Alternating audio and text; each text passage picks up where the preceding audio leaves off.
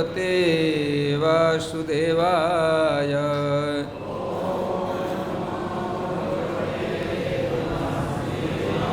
ॐ नमो भगवते वासुदेवाय।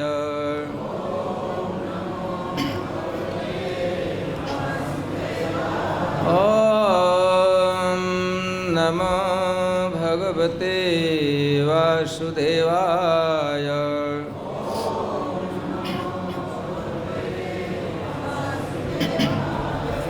कौन श्लोक उस पर पृष्ठ पे लिखे? 18 कीजिए, 2 अध्याय का 18।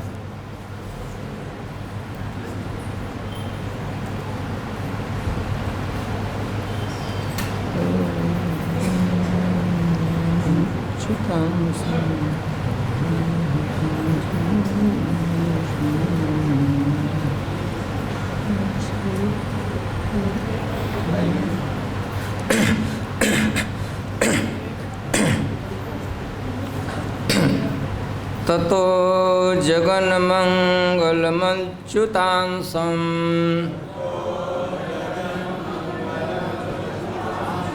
समाहितं सूरसुतेन देवी दधार सर्वात्मकमात्मभूतम् काष्ठायथानन्दकरं मनस्तः ततो जगन्मंगलमच्युतांसं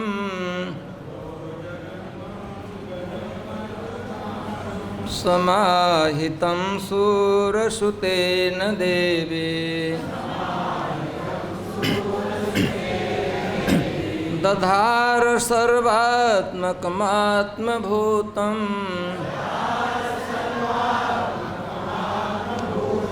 काष्ठायथानन्दकरं मनस्तः ततो जगन्मंगलमच्युतांसं समाहितं सूरसुतेन देवी दधार सर्वात्मकमात्मभूतं काष्ठायथानन्दकरं मनस्तः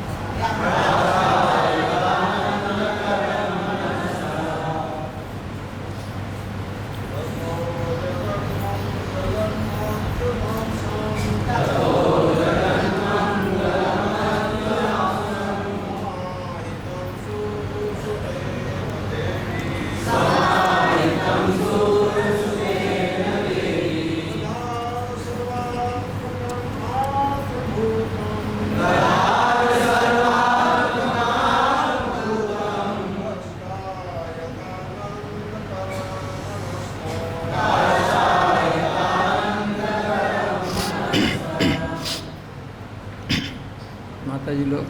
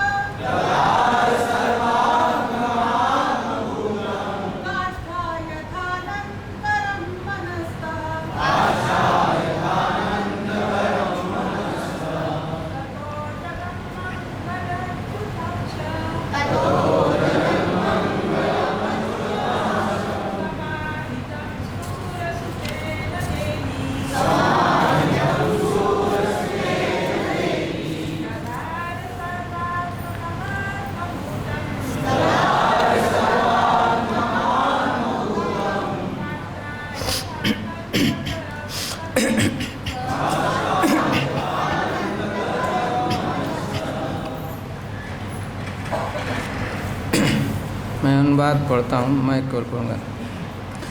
तत्पश्चात परम तेजस्वी, संपूर्ण जगत के लिए सर्व मंगलमय, समस्त ऐश्वर्यों से युक्त भगवान अपने स्वांशों समेत वसुदेव के मन से देवकी के मन में स्थानांतरित कर दिए गए। इस तरह वसुदेव से दीक्षा प्राप्त करने से देवकी सबों की आदि चेतना समस्त कारणों के कारण भगवान कृष्ण को अपने अंतःकरण में धारण करने के कारण सुंदर बन गई। जिस तरह उदित चंद्रमा को पाकर पूर्व दिशा सुंदर बन जाती है। तो हम प्रारंभ करते हैं वहीं से। कल हम लोग पढ़ रहे थे, चर्चा कर रहे थे, भगवान योग माया को, दुर्गा देवी को अपनी शक्ति को बताए कि आप जाओ गोकुल में और देवकी जी के गर्भ में शिशाख्यम धाम मामकम, मेरा तेज, मेरा ही अंश बलराम जी हैं, उनको देवकी के गर्भ से निकाल कर और रोहिणी के गर्भ में, रोहिणी के उदर में स्थापित करो। यह आज्ञा थी भगवान की योग माया के प्रति। फिर योग माया ने पूछा था कि यह क्यों करना है, तो बताएं, अथाहम अंश भागेन देवक्या पुत्रताम शुभे प्राप्स्यामि, केम कि मुझे देवकी के गर्भ में प्रवेश करना है, देवकी का पुत्रत्व स्वीकार करना है, मुझे देवकी जी का पुत्र बनना है। और भगवान कह दे कि त्वम यशोदायाम त्वम अपि, तुम यशोदायाम नंद पत्न्या भविष्य, और तुम्हारा भी जन्म होगा, कार्य करने के बाद तुमको उधर ही रहना है। नंद बाबा की पत्नी यशोदा के गर्भ से तुम्हारा जन्म होगा। और भगवान ने अभी संकेत कर रखा कि मैं भी यशोदा जी का भी पुत्र बनूंगा और तुम मेरी छोटी बहन होगी, तुम्हारे साथ मेरा यह संबंध होगा, हमारी छोटी बहन के रूप में मैं यशोदा जी का पुत्र बनूंगा। पहले देवकी जी का पुत्र, फिर यशोदा का पुत्र, और तुम भी यशोदा जी की पुत्री बनोगी, इसलिए तुम मेरी छोटी बहन होगी। कल हम यहाँ तक चर्चा कर चुके थे।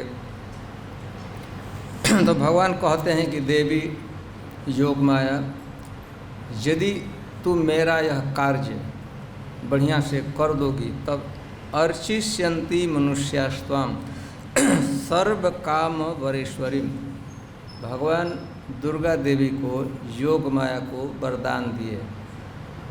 मेरा यह काम है, मेरा यह टास्क है, मेरा यह मिशन है, यदि तुमने बढ़िया से सुचारू रूप से पूरा करोगी, अर्चिष्यन्ति मनुष्यास्ताम, तो पृथ्वी पर मनुष्य लोग तुम्हारी बहुत बढ़िया से पूजा करेंगे। दुर्गा जी की पूजा लोग करते हैं। बहुत लोग कहते हैं कि देवी पूजा नहीं करना चाहिए, नहीं, कौन सुनने वाला है, कौन सुनेगा, जब भगवान ही को हर वरदान दिए हैं। अर्चिष्यन्ति मनुष्यास्त्वाम, मनुष्य लोग तुम्हारी पूजा करेंगे। सर्व काम वरेश्वरीम, और उन लोगों की इच्छाओं को पूर्ति करने में, उनको वरदान देने में तुम सबसे श्रेष्ठ होगी। और धूपोपहार बलि भी सर्व काम वर प्रदान, तुम्हारी पूजा करेंगे, विविध प्रकार के पूजा करेंगे। हमारी तो पृथ्वी पर पूजा होती ही है, लेकिन मुझसे तुम्हारी कम पूजा नहीं होगी। विशेषकर जो सकाम व्यक्ति हैं, जिसको संसार में कुछ कामना है, इच्छा है, उन लोगों के लिए तुम सर्वाधिक तुम पूज्य होगी, तुम्हारी बहुत बढ़िया से पूजा होगी,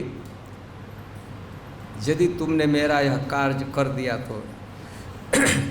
फिर भगवान उसको कहते हैं कि नाम ध्येयानि कुर्वन्ति स्थानानि च नरा भूयि, नाम ध्यानि कुर्वन्ति, और देवी पृथ्वी पर तुम्हारा अनेक लोग नाम देंगे, तुम्हारा बहुत सारा नाम होगा। एक ही नाम के जोग माया दुर्गा ही नहीं, स्थानानि च नरा भूई, पृथ्वी पर तुम्हारे लिए बहुत बढ़िया बढ़िया मंदिर बनाएंगे। हमसे भी कभी कभी बढ़िया मंदिर बनाएंगे, बड़ा मंदिर बनाएंगे, ज़्यादा लोग भी जानते हैं। छठीग्रह जब ही आप इंटर करते हैं तो नाम ध्यानि कुर्वन्ति स्थानानि च नरा भूई, पृथ्वी पर बहुत बड़े बड़े स्थान तुम्हारे लिए निर्धारित होगा। विंध्याचल, कामाख्या देवी, बहुत। तो नाम क्या होगा तो भगवान ने बता दिया। भगवान 14 नाम बताए हैं दुर्गा जी का, कहीं तुम्हारा ये 14 नाम हो। दुर्गा गिन रहे हैं ना, तुम्हारा क्या होगा? दुर्गा, भद्रकाली, भद्रकाली, विजया, वैष्णवी, कुमुदा, चंडिका, कृष्णा, माधवी, कन्या, माया, नारायणी, ईशानी, शारदा, अंबिका इति। भगवान ने कहा कि पृथ्वी मेरा यह काम है, यदि तुमने सुचारू रूप से मेरा यह काम कर दिया। बलराम जी को देवकी के गर्भ से लेकर रोहिणी के गर्भ में स्थापित कर दिया। भगवान ने कल हम चर्चा की थी, बड़ा संकेत दिया था क्या क्या नहीं होना चाहिए। सब अलक्षित गति से होना चाहिए, किसी को पता नहीं लगना चाहिए, और साथ साथ देवकी को भी कष्ट नहीं होना चाहिए और रोहिणी को भी किसी प्रकार का कष्ट नहीं होना चाहिए।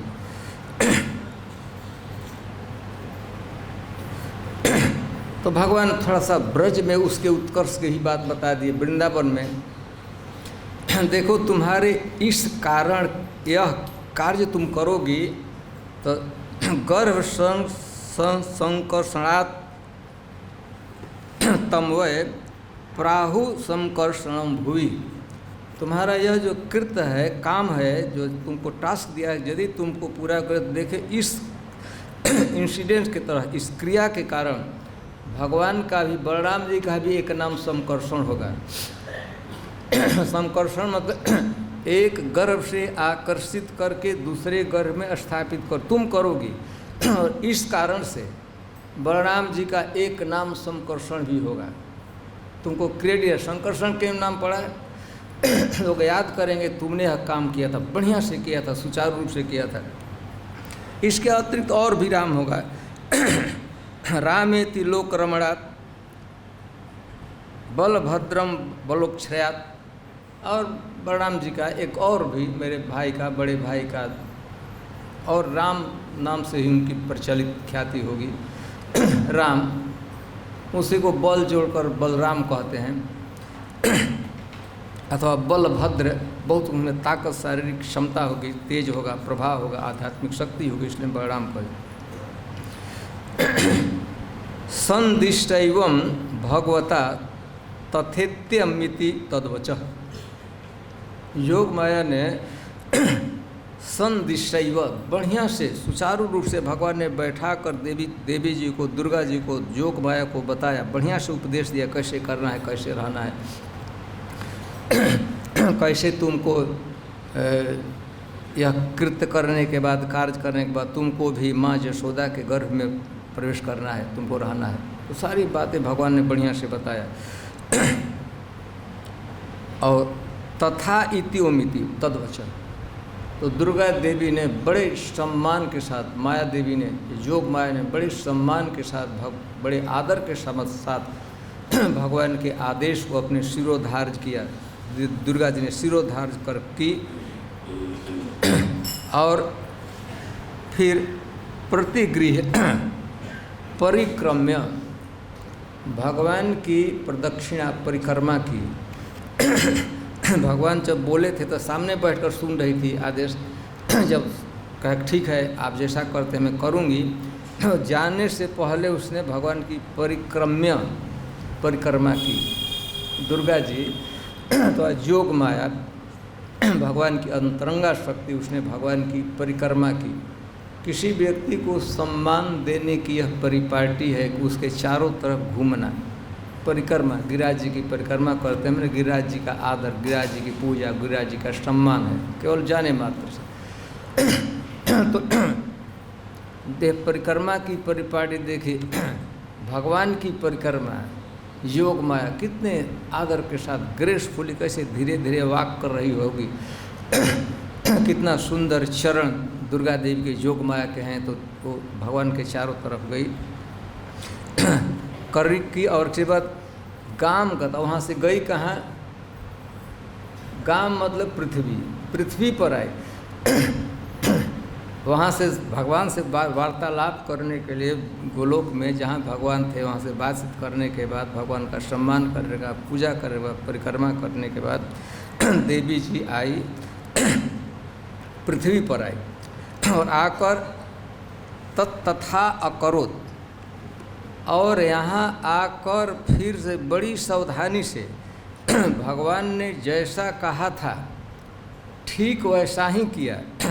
तथैव नतु किंचित व्यभिचारेण, अब अपना मन कुछ नहीं लगा, अपना प्लान का अभी करो, जो कुछ करना था तो याद आता, भगवान ने कहा यह करना है, अच्छा करना है, यह नहीं कहा तो नहीं करो। तथा अकरोत तथैव नतु किंचित व्यभिचारेण,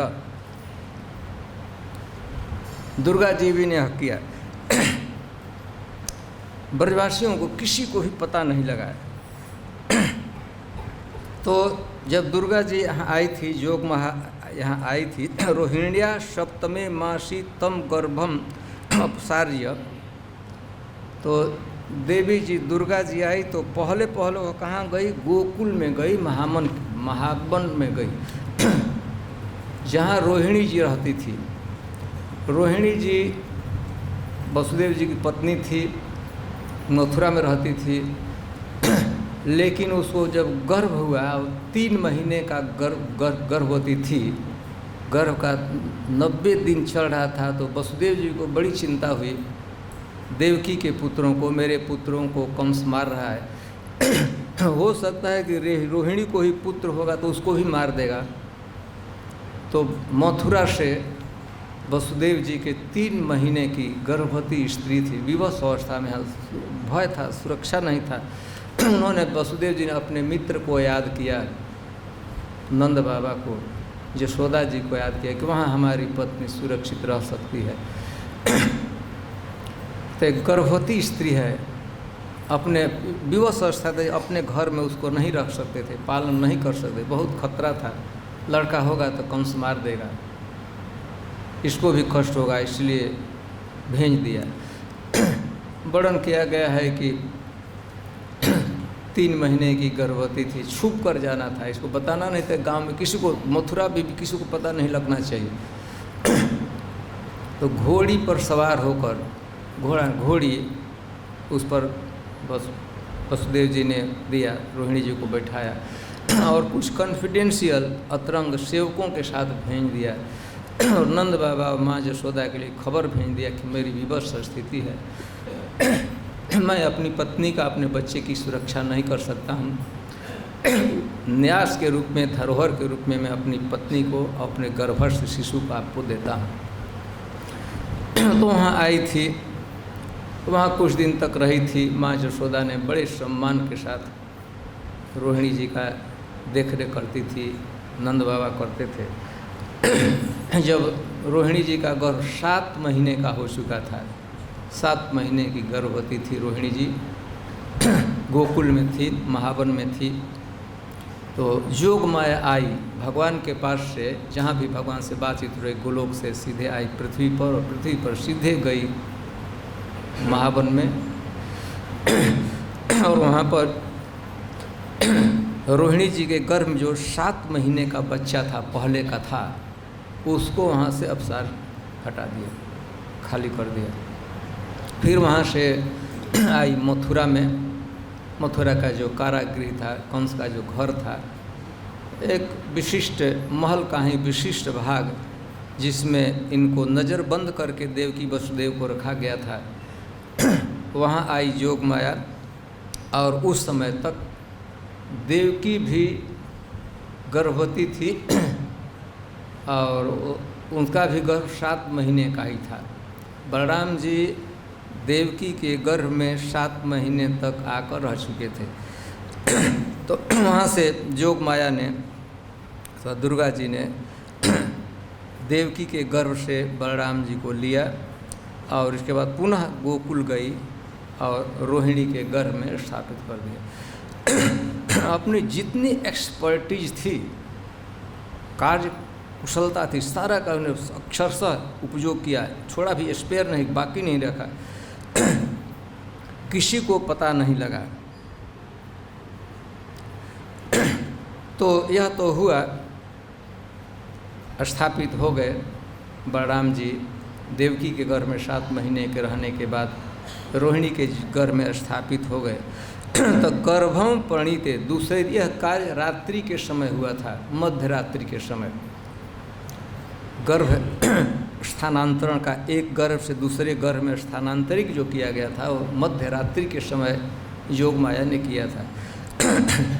सुबह में पाता गर्भे प्रणीते देवक्याम रोहिणीम, गर्भे प्रणीते देवक्या रोहिणीम योग निद्रया अहो विभ्रंसितः गर्भम इति पौराविशु। दूसरे दिन सुबह में पता लगा कि देवकी जी का जो गर्भ था, 7 महीने से गर्भवती थी, उस गर्भ को नष्ट हो गया, गर्भपात हो गया, पता नहीं क्या हुआ। तो वर्जे अहो विभ्रंसितः गर्भ, सब लोग मथुरा में रोन पोटन पड़ गया, सब लोग जितनी जनता थी, ये ही पता लगा कि देवकी का 7वां गर्भ नष्ट हो गया, तो वे बहुत रोने लगे। देवकी इतनी सुशील, उस देवकी जी का चरित्र था, जो भी देवकी को जानते से स्नेह करते थे, प्रेम करते थे। बेचारी ऐसे भी लोग दुख में थे कि बेचारे के 6 लड़के मारे गए हैं, कारागृह में आधे शब्द समय बंद है, तो यही दुख का कारण था। और यह जब हो गया कि गर्भपात हो गया, जोग माया ने क्या किया किसी को पता नहीं था। तो वो लोग क्या कि विच्च कृषु उच्च है आर्त स्वरेण रुदु,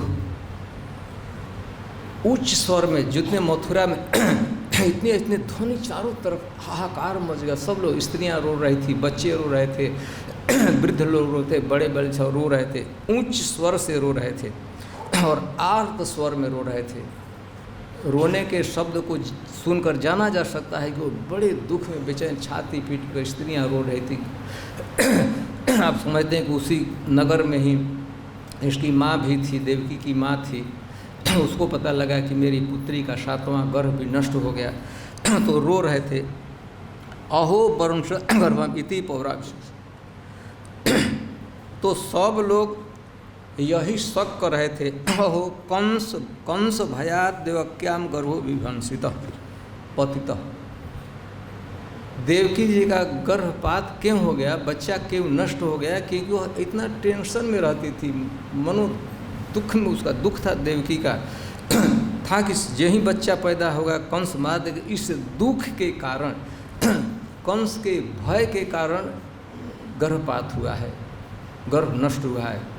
दुख के कारण, बहुत ज़्यादा दुख होता है तो उस समय गर्भ को स्थित रहना नहीं, कोई ज़्यादा घाव लग जाता है, चोट लग जाता है तो गर्भ में बच्चे की मृत्यु हो सकती है, अथवा बहुत जब पीड़ा होती है, बहुत दुख होता है, मनोवेदना होती है, तो उस समय तो सब लोग कहते थे कि चूँकि कंस भयात,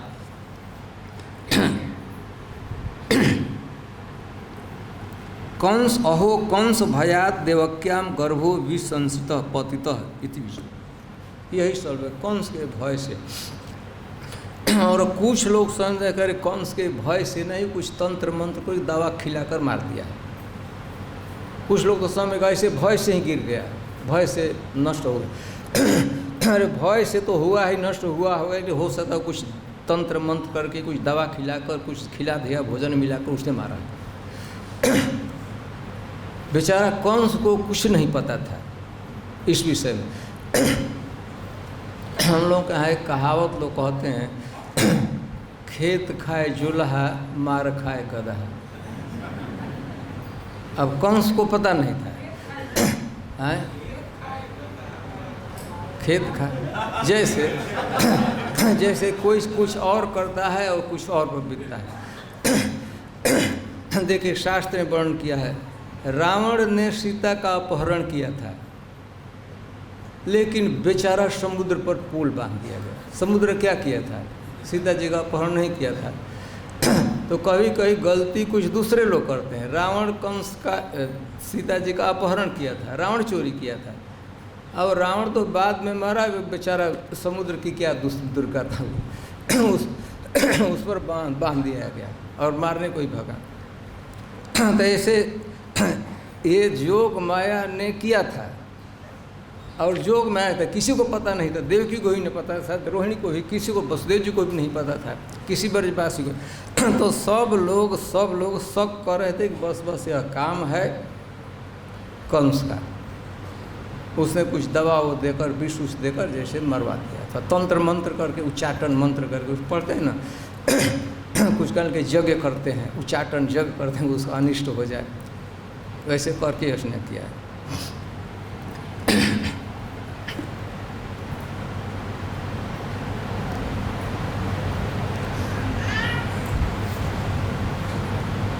तो जब यह हो गया, लेकिन अब रोने से क्या होगा? तो गर्भ तो नष्ट ही हो गया था। तो अब जो प्रतीक्षा करता था, 6 लड़कों को मार दिया था, तो 7वां का तो गर्भपात देगा। तो उसको बेचारे को पता नहीं था, कंस को क्या पता है क्या हो गया। लेकिन थोड़ा एक बार क्षणिक काल के लिए उसके मन में भी बहुत दुख हुआ। कभी कभी देवकी के दुख को देखकर उसको भी दुख हो जाता था।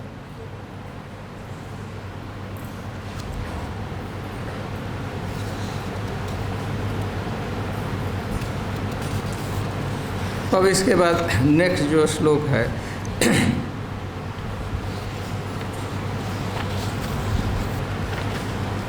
भगवान अपि विश्वात्मा भक्ता नाम अभयंकर आविवेश अंश भागेन मनः आनंद दुंदुभे। जब यह हो गया तो भगवान अपि विश्वात्मा भक्ता नाम अभयंकर, स्वयं भगवान अपि विश्वात्मा भक्ता नाम अभयंकर आविवेश अंश भागेन। भगवान कृष्ण, स्वयं भगवान कृष्णस्तु, भगवान स्वयं नंद नंदन, ब्रजेन नंदन भगवान श्री कृष्ण, जो सभी ऐश्वर्य और माधुर्य के निधान हैं, वे भगवान आनक दुंदुभे वसुदेव जी के मन में प्रवेश किए। स्वयं भगवान प्रवेश किए, तो अपने सभी अंशों के साथ भगवान प्रवेश किए। मतलब कारणोदकशायी विष्णु, कारणोदकशायी विष्णु, गर्भोदकशायी विष्णु, क्षीरोदकशायी विष्णु, इसके अतिरिक्त और जितने अवतार हैं, नृसिंह, वामन, राम, परशुराम, सभी अवतारों के साथ जब भगवान प्रवेश किए, कृष्ण प्रवेश किए, तो उनके साथ सभी अवतार भगवान के जितने रूप हैं, अनंत भगवान के रूप हैं सभी रूपों के साथ भगवान आनंद दुंदुभे वसुदेव जी के मन में प्रवेश किए। आविवेश अंश भागे न मन आनंद दुंदुभे, आनंद दुंदुभे वसुदेव जी के मन में भगवान प्रवेश किए, अवतरित हुए। अपने संपूर्ण ऐश्वर्य, माधुर्य, सौंदर्य, संपूर्ण कलाओं के साथ, कुछ भी बचा नहीं था, भगवान प्रवेश किए। तो जब भगवान प्रवेश किए वसुदेव जी के मन में, वसुदेव जी के हृदय में, तो वसुदेव जी की क्या स्थिति हुई? सविव्रत पौरुषम धामम भ्राजमानो यथा रवि। तो सविभ्र पौरुषम धामम भ्राजमानो यथा रवि, दुरास दर्शो। तो उन्होंने उसको धारण किया, विभ्रत, भगवान को धारण किया। एक योग की प्रक्रिया होती है कि योगी लोग मन से प्रयास करते हैं ध्यान का, और भगवान को अपने हृदय में कैच करने का, पकड़ने का प्रयास करते हैं ध्यान विधि से। हमारा प्रयास होता है, पर प्रयास हम लोग क्या करते हैं, आंख बंद करके योगी लोग अपने मन को एकाग्र करके भगवान के उस रूप को अपने हृदय में, मनोमयी मूर्ति को हृदय में लाने का प्रयास करते हैं।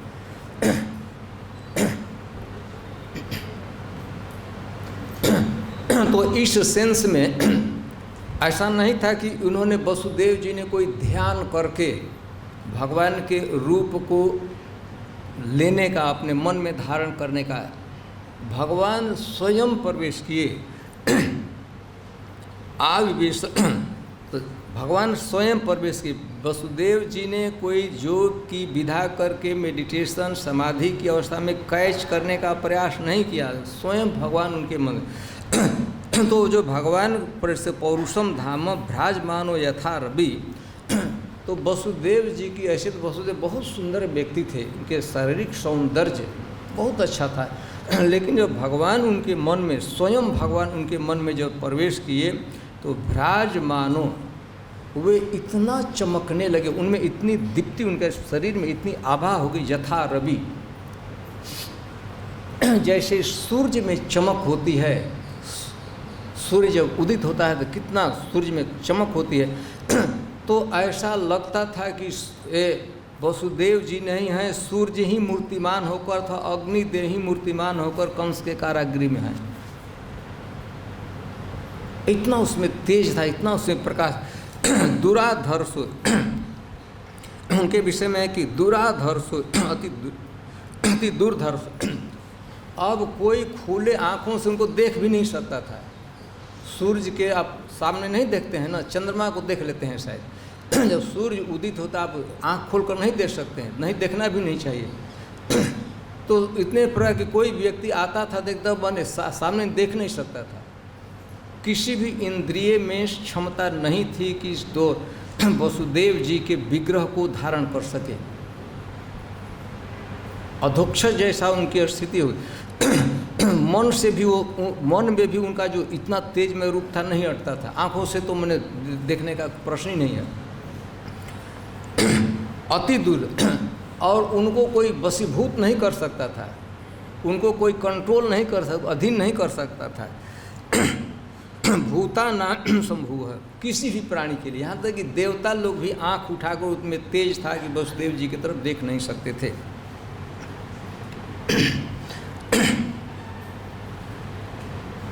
यह वसुदेव जी की स्थिति थी। फिर क्या हुआ, ततः मतलब कि वसुदेव जी के मन से ततः जगन मंगलमच्युतांसम समाहितम सूरसुतेन देवी।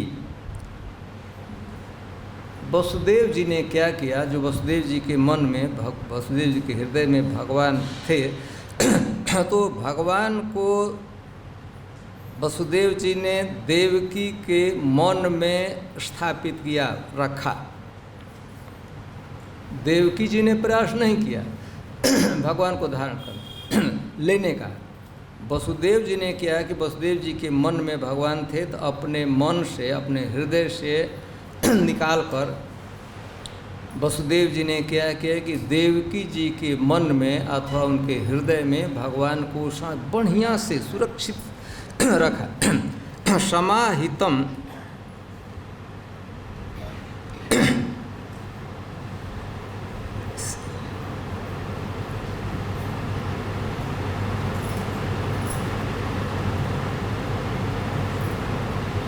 हम कहाँ पढ़े थे, ततो जगन मंगलमच्युतांसम समाहितम सूरसुतेन देवी दधार। देवी, यहाँ पर देवकी जी की देवी, जो कि देवी थी, उसमें धारण करने की क्षमता थी। इस देवकी भी कह सकते थे कि देवी है, देवी मतलब विराजमान, मतलब स्वर्ग की इतना उसमें दिव्य शक्ति है। तो देवी ने दधार, किस रूप में, पुत्र भावेन दधार, धारण किया। देवकी वसुदेव जी ने रख दिया, बढ़िया से हृदय में रखा, मन में देवकी जी के रखा, अपने मन से देव जी के रख दिया। तो वसुदेव न समाहितम, साक्षात अर्पितवत प्रकाशितम, अर्पित वसुदेव जी ने अर्पित कर दिया और भगवान को हाँ प्रकाशित हुए। तो देवी दधार, श्री भगवंतम देवकी दधार जठरे इति शेषा, अपने जठर में, अपने मन में, अपने हृदय में किस रूप में देवकी अपने हृदय में पुत्र भावेन आत्मनि प्रादुर्भव पुत्र रूपतया दधारा, देवकी जी ने भगवान को धारण किया, अपने मन में अथवा अपने हृदय में धारण किया। ततः जगन मंगलम अंच्युताम समाहितम सूरसुतेन देवी दधार सर्वात् आत्मभूतम काष्ठाम यथानंद करम। जब देवकी जी ने भगवान को अपने हृदय में धारण किया, बढ़िया से पुत्र भाव से पुत्र भाव अपने हृदय में धारण किया, तो उनकी क्या स्थिति हुई।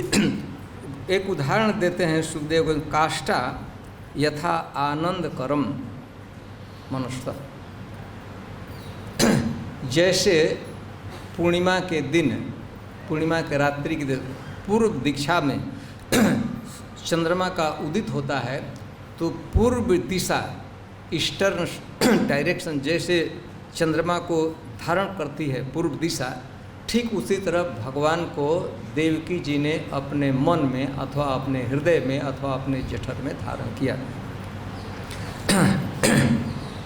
ततः जगन मंगलम अच्युतांशम, जगन मंगल भगवान के लिए कि जगन मंगल, सारे जगत का जिसे कल्याण होता है, अच्युतम अंशम, अपने अंशों के साथ कोई भी इंक्लूडेड था, जितने भी अवतार हैं, जितनी भगवान की कलाएं हैं, जितने भगवान में विद्याएं हैं, भगवान में जितना सौंदर्य है, माधुर्य है, सबके साथ, अपने सभी कलाओं के साथ, अपने सभी अवतारों के साथ, सभी रूपों के राम और भी परशुराम चाहे बराह देव हैं, नृसिंह देव हैं, सभी के साथ भगवान उसमें प्रवेश किए और देवकी जी ने उनको धारण किया।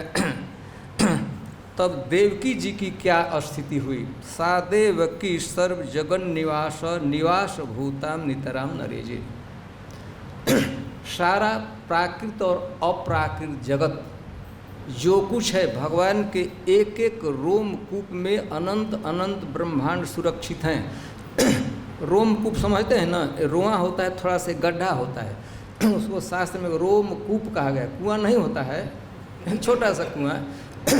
तो भगवान के विष्णु के एक एक रूम में अनंत अनंत ब्रह्मांड सुरक्षित है, एक रोमकूप में। तो भगवान के रूम बहुत से रूम है, बाल हैं, तो उसमें कितने अनंत अनंत ब्रह्मांड भगवान के साथ। और इसके साथ भगवान के कारणोदक साई विष्णु, गर्भोदक साई विष्णु, क्षीरोदक साई विष्णु, नृसिंह देव, वामन देव, भगवान राम, परशुराम, जितने वो सब लोग अंदर थे। सबके साथ, सबको अपने में समाहित करके, सबको अपने में लेकर भगवान जब देवकी के गर्भ में प्रवेश किए थे, तो भगवान को कहा गया कि सर्व जगन निवास, सब कुछ प्राकृत अथवा अप्राकृत जगत जो कुछ है भगवान के अंदर है। और वे भगवान देवकी जी के गर्भ में प्रवेश किए। देवकी जी का छोटा सा गर्भ वो भगवान का, और भगवान का मतलब कि अनंत अनंत ब्रह्मांड का, अनंत अनंत जीवों का, अनंत अनंत देवताओं का, अनंत अनंत अवतारों का वो निवास हो गया, वहाँ रहने लगे। पूरा जगत हमारा सादेव की सर्व जगन निवास, सारा जगत जिनमें रहता है वो अपने में सभी जगत को लेकर, संसार को, सारे विश्व को, ब्रह्मांड अप्राकृत प्राकृत जितना भी, वैकुंठ चाहे स्वर्ग पाताल जो कुछ है, सबको लेकर अपने हृदय में भगवान लिए थे, अपने अंदर सबको लिए थे। और इसके बाद भगवान देवकी के गर्भ में, तो देवकी का गर्भ देवकी निवास बन गई, सर्व जगन निवास की, कृष्ण की, विष्णु की। सादेव की सर्व जगन निवास निवास भूताम नितराम ने।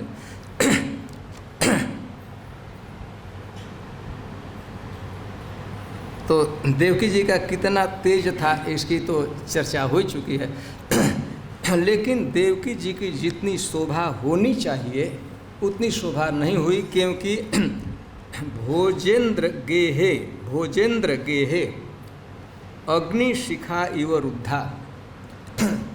देवकी जी के एक तो इतना सुंदर है, इतना उसका प्रभाव है, देवकी जी में इतना तेज है, भगवान का जितना तेज है सारा तेज देवकी जी में अंदर है, तो भगवान देवकी का इतना तेज है। लेकिन चूंकि वे कारागृह में बंद थी तो बहुत लोगों को तो देखने का भी अवसर नहीं मिला, वहाँ कोई जाता भी नहीं था और वो कारागृह में बंद थी तो उसके शोभा को देखने के लिए किसी का अवसर, अप्रिशिएट करने वाला भी कोई नहीं था।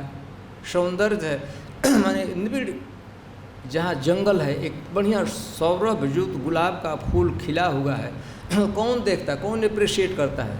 एकदम निर्जन स्थान में कोई कमल कितना भी सौरभयुक्त पुष्प हो, तो ऐसे देवकी जी की शोभा नहीं हुई जितनी होनी चाहिए थी। कम से कम उसको अप्रिशिएट करने और को देखने वाले का किसी को अवसर नहीं मिला, क्योंकि जब देखेंगे तभी ना शोभा का कुछ मूल्य है। तो उनकी शोभा ने उसे एक उदाहरण दिया कहे यथा, क्योंकि अग्नि शिखा, कोई दीपक जल रहा हो और दीपक को घड़े के अंदर रख दीजिए तो दीपक का प्रकाश तो बाहर नहीं आता है। सौंदर्य, कोई सुंदर दीपक है कोई नहीं जान सकता है क्योंकि वो घड़े के अंदर है, बंद घड़े के कमरे में है। तो ठीक चूँकि देवकी जी कंस के कारागृह में आबद्ध थी, अरेस्टेड थी, इसीलिए देवकी जी की शोभा का जितना वर्णन होना चाहिए, जितना सबको पता होना चाहिए वो नहीं हुआ। यथा खले सती सरस्वती ज्ञान खले यथा, जैसे सरस्वती विद्या, कोई कला किसी ज्ञान खल के, ज्ञान वंचक ऐसे व्यक्ति को कोई विशिष्ट कला व्यक्ति प्राप्त होता है, कोई ज्ञान प्राप्त होता है और उस ज्ञान को दूसरों तक नहीं पहुंचाता है तो उस विद्या की शोभा नहीं होती है। इसलिए वैदिक शास्त्रों में यह बहुत बड़ा विद्वानों के लिए, यदि विद्वान है तो ज्ञान खल एक बहुत बड़ा अपशब्द का पर जो है गाली दिया गया।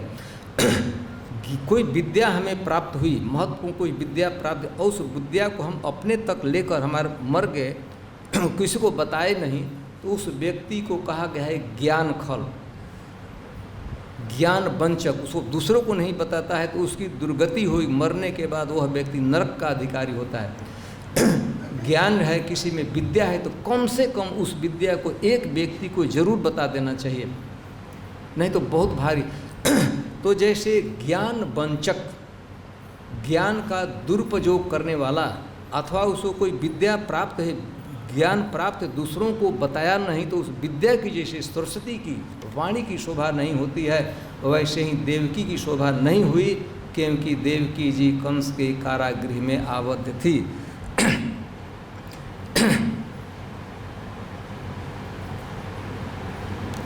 ज्ञान खले ज्ञान वंचके सरस्वती विद्या यथा न शोभते। और विद्या है, विद्वान है, बोलता ही नहीं, चुपचाप मौनी हो गया है। अतः कोई कला है उसको किसी को बताता नहीं, उस कला का प्रयोग नहीं करता है तो उसको वैसे। लेकिन चूँकि देवकी जी कंस के कारागृह में आबद्ध थी और पता भी था, इस समय तक पता भी हो गया था कि देवकी जी गर्भवती हुई, तो time to time Kans visit करता रहता, देखता रहता था, जाता था कंस में, कभी कभी देखने के लिए जाता था कैसी है। जब यह उसका विजिट है, एक विजिट का वर्णन एक श्लोक में किया गया। एक दिन कंस देवकी जी से मिलने के लिए, देखने के लिए, कुशल समाचार पूछने के लिए, कैसे है, बढ़िया से खाना वाना मिल रहा है, कपड़े वपड़े मिल रहे हैं ना, गया। ताम वीक्ष, और जब ही उस महल के विशिष्ट भाग में गया, ताम वीक्ष, यहाँ लिखे कि ताम वीक्ष, मैंने ताम मतलब उसको, ताम कौन ताम? वही देवकी जो देवक जी की पुत्री थी, जिसको विवाह के अवसर पर कंस मारने का प्रयास किया था, जो उसकी छोटी बहन थी ताम देवकी वीक्ष, उसको कैसी देवकी? अजित अंतराम।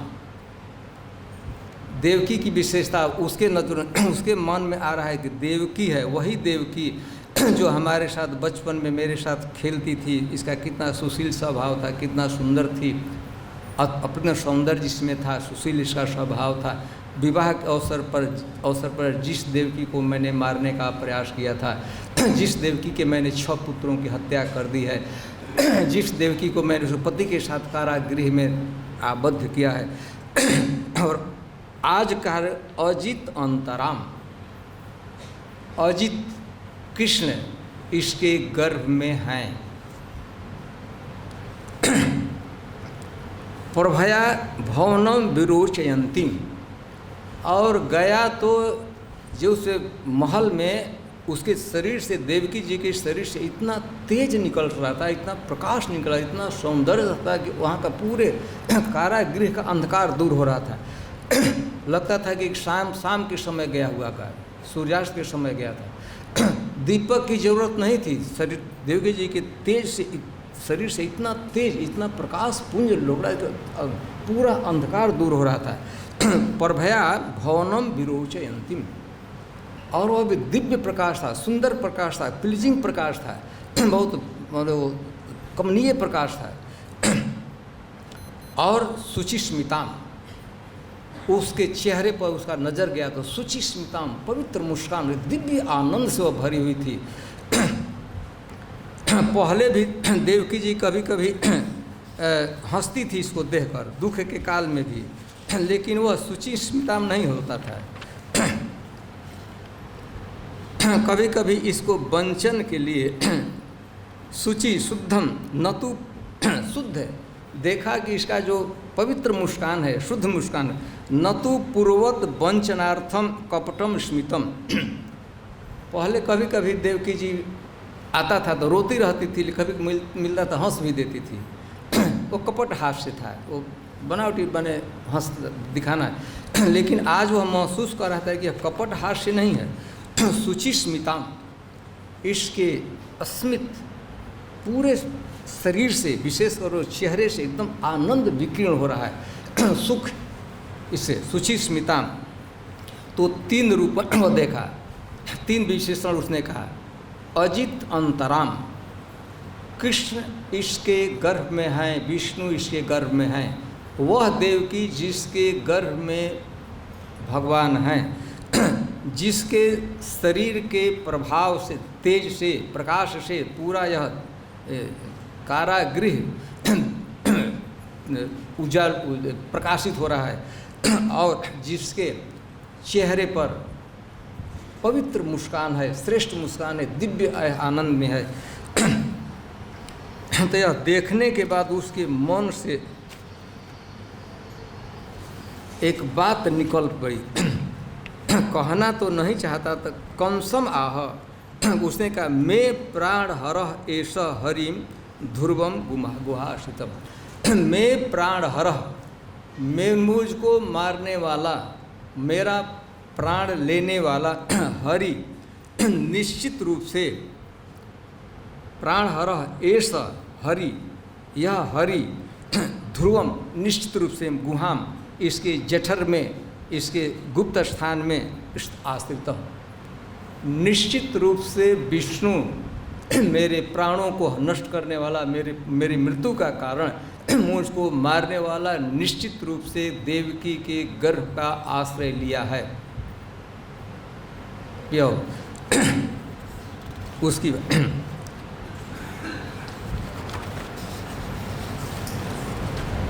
तांवीक्ष कंस प्रभया जितांतरा विरोचयंती भवनम शुचिस्मिताम आह एष मे प्राण। यह देवकी जी के जो उदर में, देवकी जी के हृदय में, देवकी जी के ग्रह जठर में यह जो विष्णु है, मैं प्राण हर, निश्चित इसने देवकी के गर्भ का, देवकी के हृदय का आश्रय यह लिया है। अरे ऐसे कैसे जान गए, कोई ज्योतिष हो गया, कैसे तुमको पर? तो कहा पूरा इयम ईदृशी न, अरे हम इसको बचपन से देखे हैं, शुरू से हमारी छोटी बहन देख, इतना इसमें सौंदर्य और इतना इसमें आनंद कभी नहीं था। जब भी किसी स्त्री का सौंदर्य एकदम चरम सीमा पर होता है, तो 20 से 21 वर्ष की अवस्था में होती है स्त्री, तो उसका चरम सीमा पर सौंदर्य की वृद्धि होती है। इसके बाद फिर ढूंढनी होता है सौंदर्य। बच्चे उतना सुंदर नहीं होते हैं, उनका सौंदर्य 5-6 वर्ष के बाद निखरने लगता है। 16-17 वर्ष के आते हैं तो सौंदर्य अपने सीमा पर होता है। 20 वर्ष तक एकदम सीमा, 25 वर्ष, इसके बाद थोड़ा थोड़ा धूमिल पड़ने लगता है। तो यह कह रहा है कि पूरा इयम न, पहले तो अभिकश कभी नहीं थी, पूरा यह, क्योंकि न पूरा इयम ईदृशी, पहले नहीं, इतना सौंदर्य नहीं था। तो एकाएक इसके सौंदर्य में इतनी वृद्धि हो गई, इतने शरीर में इतना तेज आ गया, तो निश्चित मैं कह सकता हूँ कि यह इसका तेज नहीं है, इसका गौरव का तेज है, विष्णु का तेज है, भगवान का तेज है। और सुचिस्मिता कभी खुश, जिस दिन से, पहले तो थोड़ा हंसती थी, जिस दिन से विवाह के दिन जो मारने का प्रयास किया था, उसी दिन से कभी भी इसके चेहरे पर हास्य नहीं, इसके नेत्र कभी अश्रुओं से सूखते नहीं, प्रवाहित होते रहते थे। आज इतना आनंद में है, आज इतना खुशी में है कि इसके शरीर से चारों तरफ आनंद सुख ही विकीर्ण हो रहा है। यह क्या, जो इसके नज़दीक आ गया उसमें भी सुख भर जाता है। तो निश्चित रूप से मैं कह सकता हूँ कि विष्णु ने, मेरे प्राणों को हरने वाला विष्णु, इसके गर्भ का आश्रय लिया है।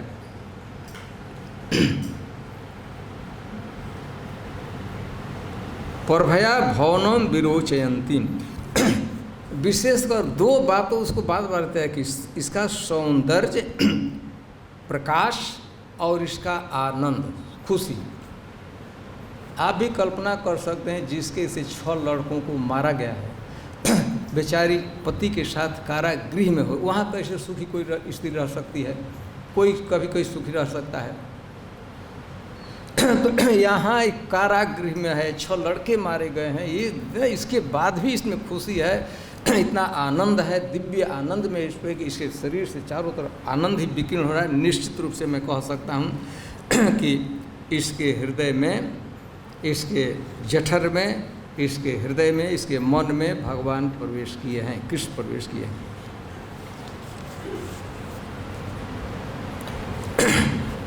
किमद्य तस्मिन् करणीय मास, आज ही और अभी, किम अद्य करणीय, मुझको अब क्या करना चाहिए, स्थिति है। किम अद्य तस्मिन् करणीयम आसु, जल्दी, अभी, आज ही मुझको क्या करना चाहिए। मैं यदर्थ तंत्रु न विहंत विक्रम, कोई भी जानकार भी अर्थ तंत्र है। पहले तो भगवान के, भगवान अपने प्रयोजन में वो आए हुए हैं, तो हमको मारने के लिए आए हैं, तो अपने विक्रम का त्याग नहीं करेंगे। मैं यदि थोड़ा भी हार्म करने का प्रयास करता हूँ, देवकी को हाथ उठाने का प्रयास, तो विष्णु हमको छोड़ेगा नहीं। अथवा एक बुद्धिमान व्यक्ति को ऐसा कोई कर्म नहीं करना चाहिए जिसका उसको यश की हानि हो, उसका अपयश हो, उसका तेज खत्म हो। दुष्कर्म करने से, पाप करने से उस व्यक्ति का तेज प्रभाव, उसका यश नष्ट होता है। तो मैं अर्थतंत्र, मैं यदि मैं जानता हमको क्या ऐसा करना चाहिए, आज इस अवस्था में क्या करना चाहिए। एक बार इच्छे मन में आया कि अभी मार देना चाहिए देवकी को, एक बार मन में फ्लैश जैसा किया, बिजली से कौनती, एक बार उसके विचार ऐसे नहीं, लेकिन एक क्षणिक जो विचार रहा है, तुरंत उसमें डाउन हो गया कि न स्त्रियाँ, कि नहीं मैं ऐसा नहीं कर सकता हूँ। ऐसा यदि मैं स्त्री है, स्त्रियाँ और सामान्य स्त्री नहीं है, स्वसु मेरी बहन है, मेरी छोटी बहन है, और इसके साथ इतना ही नहीं, बहन ही नहीं, गुरुमत्या, यह गर्भवती है।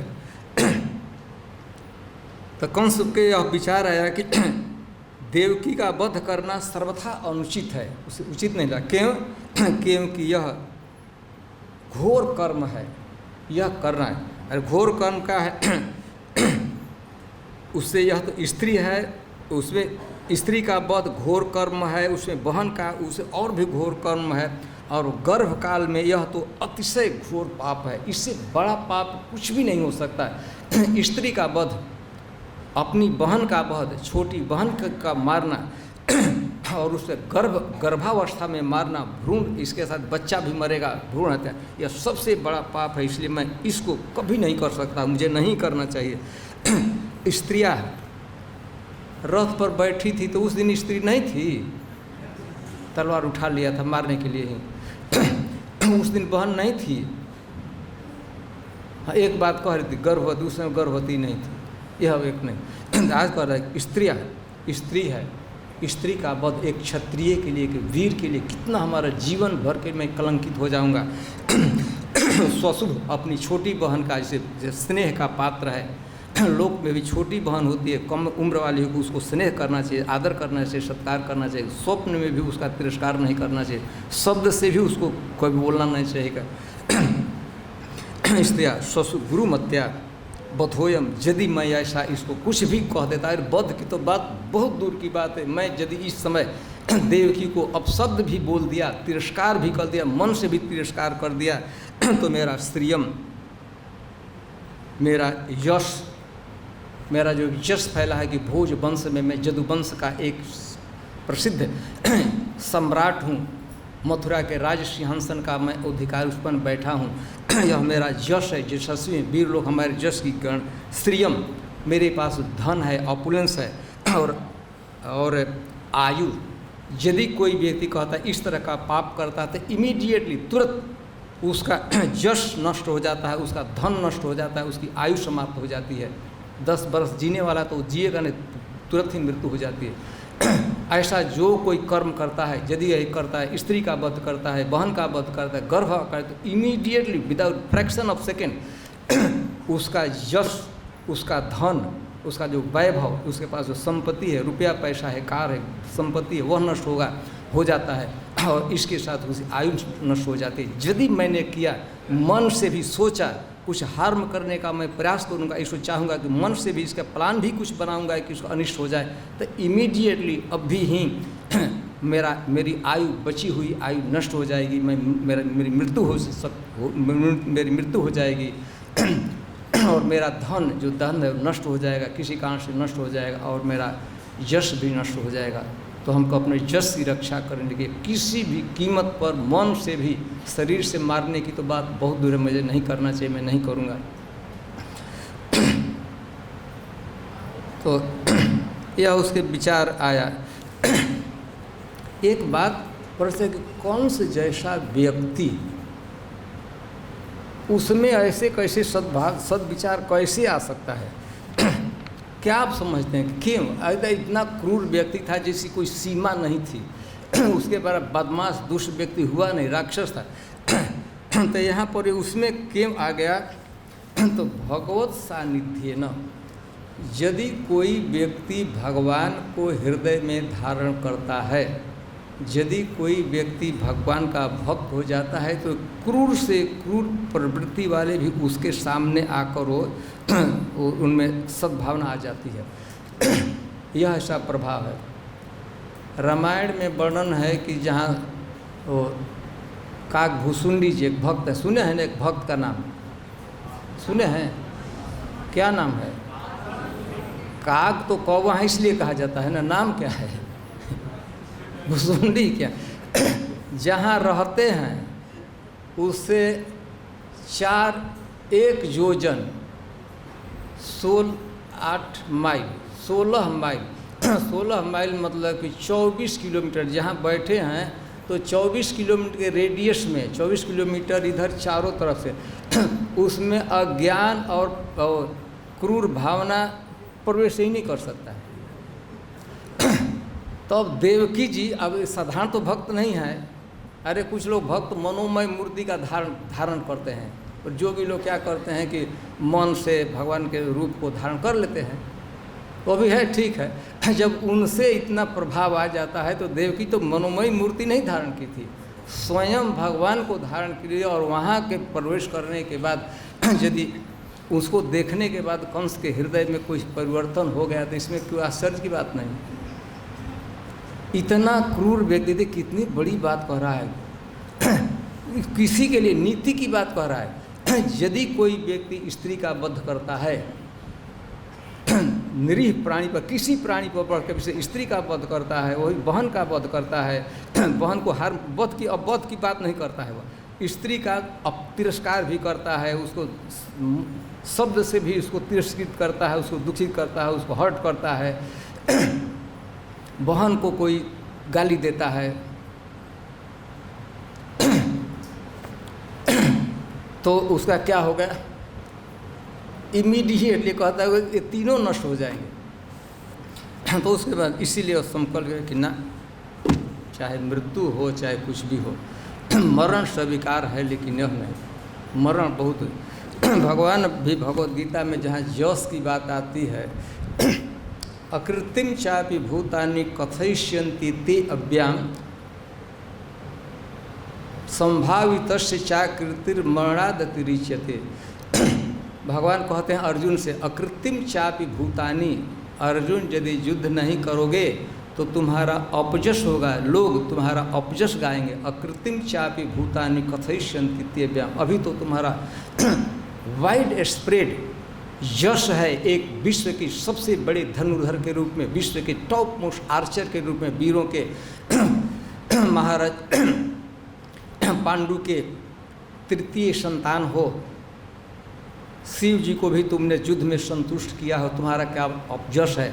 लेकिन तुम्हारा अपजस होगा यदि युद्ध नहीं करो, कोई अप्रिशिएट नहीं करेगा कि तुमको दया आ गई, दया के और परिवार के हित के लिए युद्ध का परित्याग। सब लोग यही कहेंगे कि ऐसे वीर बनता था, जब देखा सामने सेना को, भीष्म इत्यादि सेना को, डर कर भाग गया तो तुम्हारा अपजस हो गया। और भगवान के अकृत्रिम चापि भूतानि कथयिष्यन्ति ते व्याम संभावितस्य, जो व्यक्ति समाज में प्रतिष्ठित रहा है, जो सम्मानित रहा, उसके लिए संभावितस्य च अपकृति अपजस मरणात् अतिरिच्यते।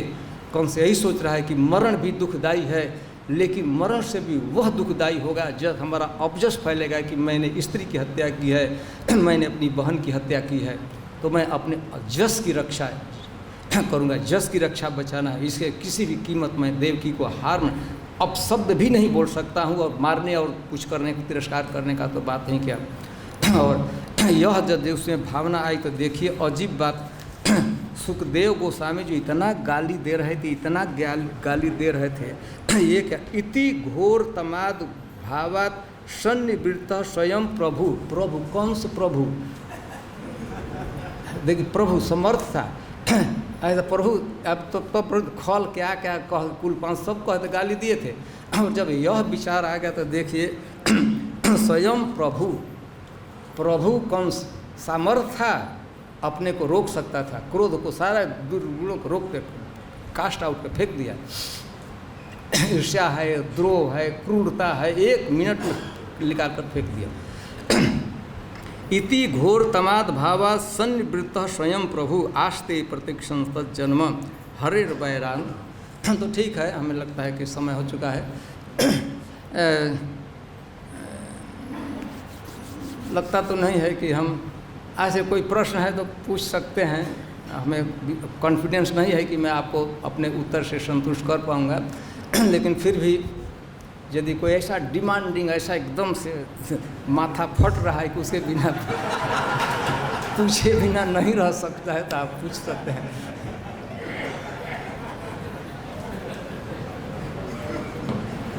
ओके, श्रील प्रभुपाद की।